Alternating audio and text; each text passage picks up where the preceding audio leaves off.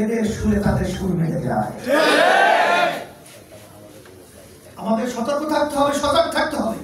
আর নয় 53 বছর সুযোগ আসে নাই, 53 বছর পরে এসেছে, আবার কত যুগ পরে আসবে তা জানি না, কিন্তু এই সুযোগে আমাদের সদ্ব্যবহার করতে হবে, এই সুযোগে আমাদের কাজে লাগাতে হবে।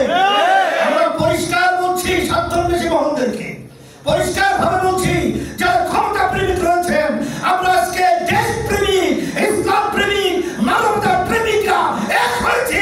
ওদেরকে বাংলা জমি থেকে উৎখাত করে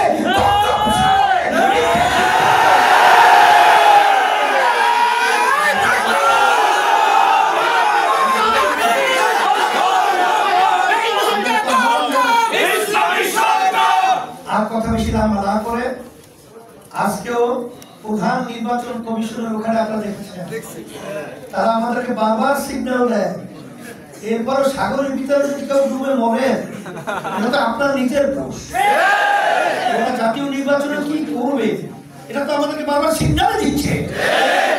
এই অবস্থায় লেভেল প্লেইং ফিল্ড তৈরি না হওয়া পর্যন্ত এই পাতানো নির্বাচনে অন্তর্বর্তী সরকারকে বারবার বলছি যে পাতানো নির্বাচনে আমাদের জার্মান নিয়ে ওখানে ওইভাবে আমরা নির্বাচনে অংশগ্রহণ করতে পারি না, পরিষ্কার ঘোষণা করছি।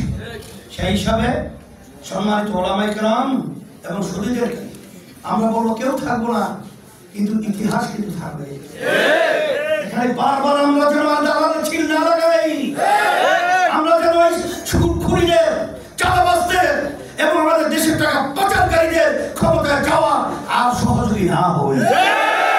এগুলো একটা আহ্বান জানাচ্ছি, আপনাদের সকলকে ধন্যবাদ জানাচ্ছি। আমি দোয়া করছি আল্লাহ যেন আমাদের সকলকে দ্বীনের জন্য, ইসলামের জন্য, আমাদের কল্যাণের জন্য কবুল করে।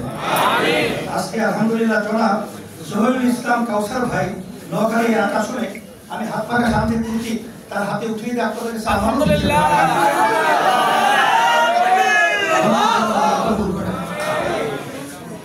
এরপরে নুরুদ্দিন আমানতপুরি নোয়াখালী 3 আসলে আমি তাকে হাত পাকা হাতে দিয়ে আপনাদের সাথে আমল করতে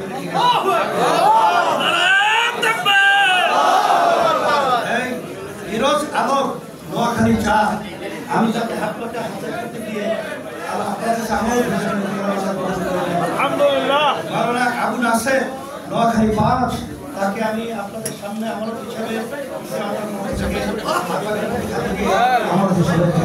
আমরা কবুল করে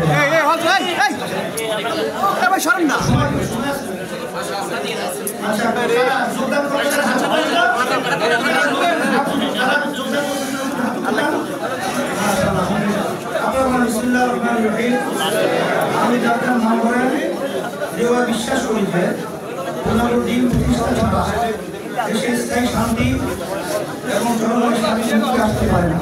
বলেন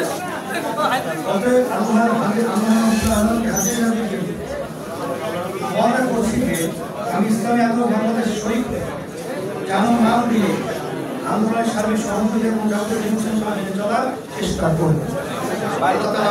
পালন করার